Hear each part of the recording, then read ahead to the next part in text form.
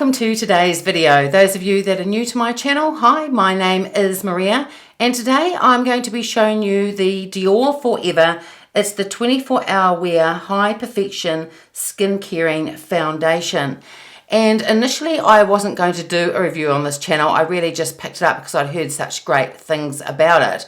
But I thought I would because there is quite a big shade difference between the colour that actually suits my skin tone and the one that I initially picked up. So when I initially picked up this foundation, I went in person and I asked the shop assistant, well, I told her the shades that I had in a couple of other Dior foundations, and I said my colour was 3N. I said, would this be the same? And she said, yes, it was. And I should have tested it out in the store and I didn't. So I ended up purchasing 3N, and it is just far too dark for my skin tone.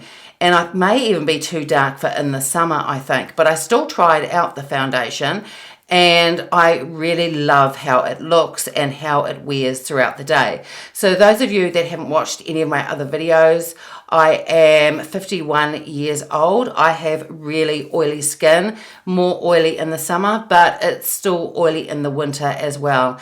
And in New Zealand, it's heading towards the end of autumn, and we're going to be heading into winter very soon. And because I love the foundation so much, I ended up picking it up in the colour 2.5N, and that suits my skin perfectly. So what I want to do initially is show you the difference in the two shades between 2.5N and 3N, because even though this foundation has been around 2 or 3 years, there is probably some people with oily skin that are looking at this and whether it's worth to buy it.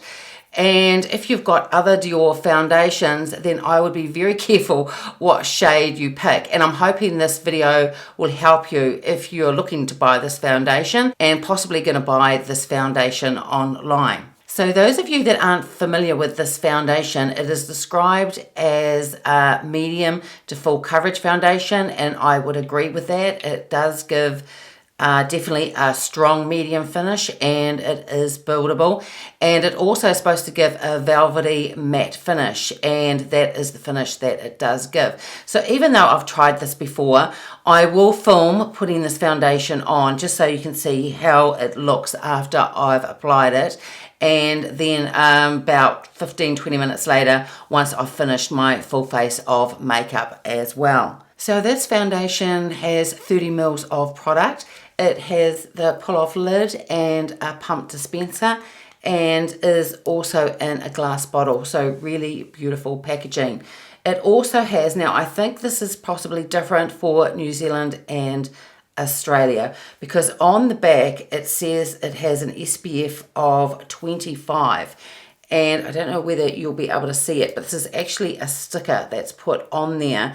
And the reason why a sticker is on here is the SPF testing in New Zealand and Australia is a lot stricter than it is in America and Europe. So possibly overseas in America and Europe, the SPF would probably show as higher, and that's the reason. It's just that the SPF testing is different here, and they would have to reduce the SPF that it says that it has inside to allow it to be sold in New Zealand, and I'm pretty sure it's the same in Australia as well. So this one here is the colour that suits my skin perfectly. This is the second one I bought, and this is in the shade 2.5N, and I still have the bottle that I originally bought, and this is in 3N. Now I'm going to hold it up closer, but the shade difference is just huge. So this one here is 2.5N, and this one here is the shade 3N. And I also have two other Dior foundations. I have the Dior Forever Natural Nude, and that is in 3N, and I also have the Dior Backstage, and that is in 3N as well. This one here is possibly darker than this one here, but it's certainly not as dark as this 3N foundation here. So what I'm going to do is I'm just going to put a little bit of foundation on my hand of each one so you can see the comparison in the shades. So if you're looking at buying this foundation, it will give you a good idea of what shade to buy. So this one here is the Dior Forever, and this is in 2.5N, and this is the one that suits my skin perfectly. Now this is the Dior Forever, and this is the one in shade 3N, and that's the one I picked up initially. You can see what a massive difference it is between the two shades. Now this one here is the Dior Forever Natural Nude, and that is in 3N.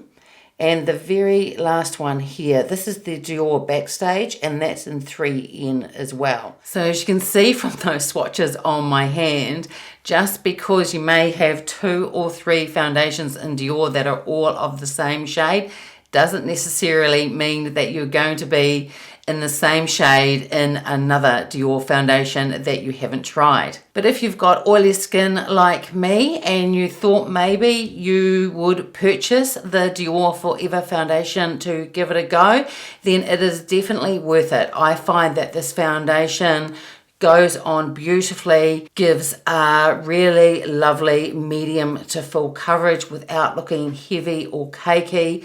It lasts really well during the day and gives a beautiful soft look to the skin. So even though the colour 3N is far too dark for my skin tone at the moment, I am still going to hold on to it till summer and give it a go. It may possibly be still too dark even then, but if I mix the two, it could be the perfect shade for the summertime. So even though this video isn't a first impressions or even a wear test, because I know it wears really beautifully on my mature oily skin, I'm still going to put it on now so you can see how it blends in and how it looks. So I've been applying this foundation with the BK Beauty 101 brush, and normally I use 1 pump, maybe a tiny bit more, but I always just start off with 1 pump. It does tend to give me enough coverage, and if I think I need a tiny bit more, then I just use a concealer on top. And I do wear a primer, and I already have put this on. So I've put a little bit on my hand, and I'm just going to pick up some with this BK Beauty brush.